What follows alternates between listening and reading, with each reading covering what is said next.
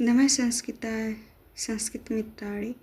आज हम पढ़ने वाले हैं समास क्या है, समास के बारे में। आज हम शुरू कर रहे हैं समास का पूरा अध्याय। यदि आप UP board CTET, UP TET, UP PT, TT, UP PCS या किसी भी संस्कृत परीक्षा की तैयारी कर रहे हैं तो ये वीडियो आपके लिए महत्वपूर्ण है। इस वीडियो को पूरा देखिएगा अंत तक। तो आइए शुरू करते हैं बिना समय गंवाए।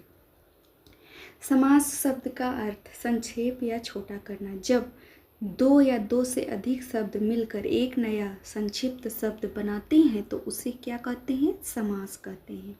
उदाहरण है राज्ञः पुरुषः, राजपुरुषः। यहाँ दो शब्द मिलकर एक नया शब्द बना रहे हैं। कौन? राज्ञः और पुरुषः मिलकर नया शब्द राजपुरुषः, इसलिए यह समास है। समास के मुख्य अंग। समास में दो पद होते हैं, पूर्व पद और उत्तर पद। उदाहरण के तौर पर हम देखते हैं कि राजपुरुषः, राजपुरुषः में राज पूर्व पद है और पुरुषः उत्तर पद है। राज जो है वो क्या हो गया? पूर्व पद हो गया और पुरुषः उत्तर पद हो गया। तो समास के प्रमुख भेद के बारे में हम जानते हैं कि संस्कृत में मुख्य रूप से 6 प्रकार के समास माने जाते हैं। कितने प्रकार के? 6 प्रकार के समास माने जाते हैं। कौन कौन से हैं? कौन कौन से हैं? पहला है अव्ययी भाव समास, दूसरा तत्पुरुष समास, तीसरा कर्मधारय, चौथा द्विगु, पांचवा है द्वंद्व समास, छठा है बहुव्रीहि समास। अब इन्हें एक एक करके समझते हैं।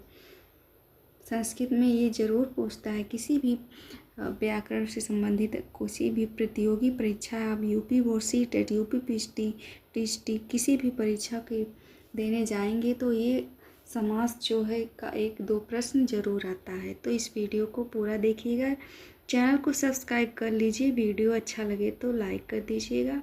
अव्ययी भाव समास के बारे में हम जानते हैं कि जिस समास में पहला पद प्रधान होता है और समस्त पद अव्यय बन जाता है वहाँ क्या होता है? अव्ययी भाव समास होता है। उदाहरण के तौर पर देखते हैं यथाशक्ति। यथाशक्ति विग्रह शक्तिम अनुसार है, प्रतिदिनम विग्रह क्या हो गया? प्रत्येक दिनम। यहाँ पे समास विग्रह इस तरह से होता है अव्ययी भाव समास में। और दूसरा है तत्पुरुष समास। जिस समास में उत्तर पद प्रधान होता है वहाँ क्या होता है? तत्पुरुष समास होता है। उत्तर पद प्रधान होता है वहाँ तत्पुरुष समास होता है। जैसे उदाहरण देखते हैं राजपुत्र, विग्रह क्या हो गया? राज्ञः पुत्र है। राजपुत्र यानी राजा का पुत्र, राज्ञः पुत्र है राजा का पुत्र। इस तरह से इसका विग्रह होता है। उत्तर पद जो है वो प्रधान होता है। ग्राम गमनम, क्या दूसरा उदाहरण? ग्राम गमनम है तो विग्रह क्या हो जाएगा? ग्रामम गमनम, गांव जाता है, ग्रामम गमनम गांव को जाता है। कर्मधारय समास तीसरा है। जब दोनों पद एक ही वस्तु का बोध कराते हैं तब क्या होता है? कर्मधारय समास होता है। उदाहरण के तौर पर नील कमलम, विग्रह नीलम कमलम, महापुरुष है, विग्रह महान पुरुष है। तो यहाँ पे कर्मधारय समास में क्या है? नील कमलम, विग्रह इसका होगा नीलम कमलम, महापुरुषम, विग्रह महान पुरुषम। यहाँ पे दोनों पद एक ही वस्तु का, जब दोनों पद एक वस्तु का बोध करा रहे हैं तो यहाँ पे कर्मधारय समास हो गया। अगला है चौथा है द्विगु समास। ये द्विगु समास और द्वंद्व समास काफ़ी इम्पोर्टेंट है, ये जरूर पूछता है परीक्षा में। जिस समास का पहला पद सूचक हो, जिस समास का पहला पद संख्या सूचक हो वहाँ क्या होता है? द्विगु समास होता है। उदाहरण क्या है? त्रिलोकः, विग्रह तीनों लोकों का समूह, पंचवटी, विग्रह 5 वटों का समूह। तो यहाँ पे पहला पद संख्या सूचक है, यहाँ पे संख्याओं का सूचक यहाँ पे है तो वहाँ पे द्विगु समास होता है। जैसे त्रिलोक है तो तीनों लोगों का यहाँ पे संख्या का सूचक दिखाई दे रहा है तो यहाँ पे क्या हो जाएगा? द्विगु समास हो जाएगा। इसके बाद पांचवा है द्वंद्व समास। द्वंद्व समास क्या होता है? जब दोनों पद समान रूप से प्रधान हो तो वहाँ पे क्या होता है? द्वंद्व समास होता है। जैसे उदाहरण के तौर पर राम लक्ष्मणो, तो विग्रह क्या हो जाएगा? रामः लक्ष्मणश्च। ये बहुत ही इम्पोर्टेंट है द्वंद्व समास। माता पितरो, विग्रह माता च पिता च। तो इस तरह से होता है जब पद समान रूप, दोनों पद यहाँ पे प्रधान है, माता च पिता च, मातो पितरो। यहाँ पे तुरंत समझ जाइए क्या द्वंद्व समास है। राम लक्ष्मणो रामच लक्ष्मणस, यहाँ पे भी द्वंद्व समास है। इस तरह से द्वंद्व समास का समास विग्रह होता है। बहुव्रीहि समास छठा है।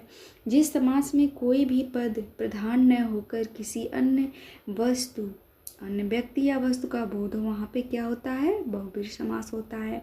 उदाहरण के तौर पर पीताम्बरः, पीताम्बरः पीतम अम्बरस्य यस्य, यहाँ पे क्या हो गया कि समास में कोई भी पद प्रधान न होकर अन्य व्यक्ति का, अन्य प्रधान जिस जो शब्द है उसका प्रधान न होकर अन्य व्यक्ति या वस्तु का बोध होता है, वहाँ पे बहुव्रीहि समास होता है। अर्थ है वह व्यक्ति जिसका वस्त्र पीला है। व्यक्ति का यहाँ पे नहीं वर्णन है, वहाँ पे उसके वस्त्र का वर्णन है कि पीतम अम्बरम यस्य, जिसका वस्त्र पीला है, वह व्यक्ति जिसका वस्त्र पीला है। तो यहाँ पे क्या हो गया? बहुव्रीहि समास। चतुर्भुजम, चतुर्भुज विग्रह क्या हो गया?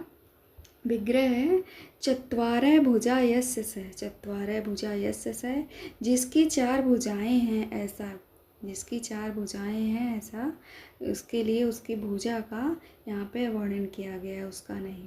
तो इस तरह से हो जाएगा बहुव्रीहि। इसके बाद क्या हो गया कि परीक्षा में पूछे जाने वाले महत्वपूर्ण प्रश्न कौन कौन से आते हैं, देख लीजिए। नील कमल में किस समास का उदाहरण है? अगर एग्जाम में पूछ ले कि नील कमल में किस समास का उदाहरण है, तो क्या बताएंगे? कर्मधारय समास। माता पितरों किस समास का उदाहरण? तो अभी आपने ऊपर पढ़ा कि माता पितरों में कौन सा समास है? माता च पिता च, द्वंद्व समास। तो यहाँ पे क्या हो जाएगा? क्या हम उत्तर दे देंगे कि द्वंद्व समास है। चतुर्भुज में किस समास का उदाहरण है? तो यहाँ पे बहुव्रीहि समास का उदाहरण है। याद रखने की ट्रिक क्या है कि अगर नहीं याद हो रहा तो कौन सा ट्रिक आजमाएं, तो याद हो जाएगा कि संख्या आए, संख्या अगर आए, जैसे समूह में अगर कोई शब्द आए तो वहाँ पे कौन सा समास होगा? द्विगु समास होगा। और इसके बाद च का भाव आए तो द्वंद्व माता च पिता च रामस्य लक्ष्मणस्य, इस तरह से आए तो द्वंद्व समास होगा। विशेषण व विशेष होगा का भाव अगर है तो कर्मधारय समास होगा। दूसरा पद प्रधान है तो तत्पुरुष समास होगा। पहला पद प्रधान है तो अव्ययी भाव होगा। किसी अन्य का बोध होगा तो बहुव्रीहि समास होगा। तो यहाँ पे हमने 6 समास को अच्छे से समझ लिया।